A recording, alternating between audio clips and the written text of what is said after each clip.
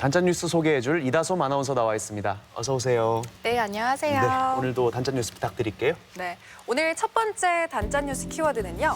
도시락을 부탁해입니다. 박지원 변호사, 등산 좋아하세요? 등산은 좋아하는데 요즘은 이렇게 나이가 먹었는지 무릎이 안 좋아져가지고 벌써요? 네, 하산할 때 스틱 없으면 잘 못합니다. 그러면 식사는 주로 어떻게 하시는 편이세요? 등산 큰 갈 산에 때? 갈 때는 산장 같은 데서 이렇게 해먹고 작은 산 갈 때는 같이 간 사람들이랑 이렇게 나눠 먹고 간단하게 그렇게 하죠. 아마 대부분의 사람들이 그러실 거예요. 그런데 이 산에서 도시락을 간편하게 즐길 수 있는 방법이 있습니다. 도시락을 산에 가져갈 수 있으면 굉장히 좋을 것 같은데 네. 어떤 방법이 있나 보네요.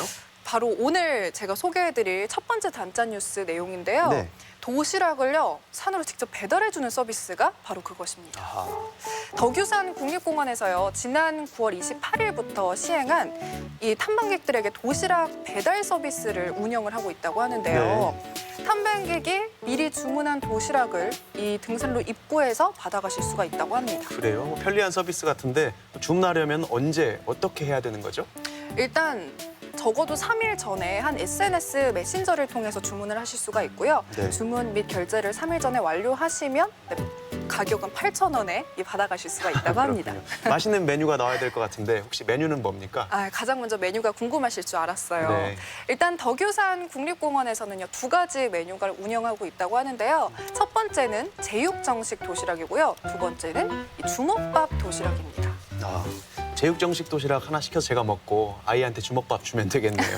둘 다 드시면 안 되고요. 네. 혹시 여기 덕유산 공원이 최초로 시도한 사례라고 하나요?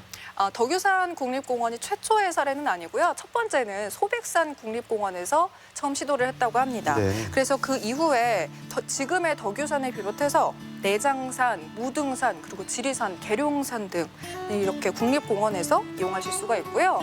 지역마다 메뉴도 다르다고 해요. 그래서 미리 알아보시고 이 등산 좋아하시는 분들은 메뉴 골라 드시면서 이 등산하는 것도 참 재미가 있을 것 같습니다. 골라 먹는 재미가 있겠네요. 근데 아까 친환경 도시락이라고 했잖아요. 그러니까 보통 배달 음식 하면 일회용 그릇을 떠올리기 쉬운데 친환경 도시락이라고 하는 거 보니까 어떤 일반 우리가 아는 도시락 그릇을 사용하나 보네요.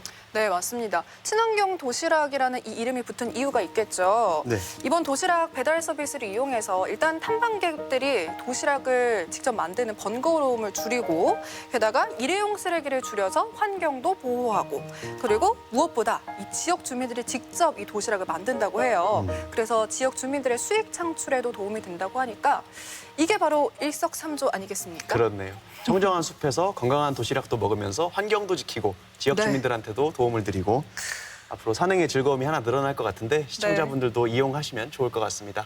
네, 두 번째 소식 들려주세요. 네, 두 번째 단짠 뉴스 키워드 소개해드릴게요. 때 아닌 망신살입니다. 누가 망신살을 뻗쳤나 봅니다. 지난 추석일인데요. 네. 지난 추석 선물로 문재인 대통령이 전국 유력 인사나 국가 이 기여자들에게 추석 선물을 보냈다고 합니다. 그런데 이 추석 선물에 우리 지역인 전북 고창의 땅콩이 포함이 됐고요. 네. 이걸 포함해서 충남 서천의 소곡주, 그리고 강원도 정선의 곤드레 나물, 그리고 부산 기장 미역이 선물로 보내셨어요. 우리 지역 전북 고창 땅콩이 포함된 거 좋은 일인데 무슨 문제라도 있었나요? 이 추석 선물로 보내진 고창 땅콩 일부에서 바로 곰팡이가 발견된 것이죠. 그래요. 이 청와대 이 명절 선물은 원래 전국 팔도를 대표하는 농특산물만 이렇게 선정이 된다고 들었어요. 그래서 고창 땅콩이 선정된 건 기쁜 일인데 곰팡이가 발생했다니까 좀 안타까운 소식입니다. 네. 곰팡이는 왜 생긴 건가요?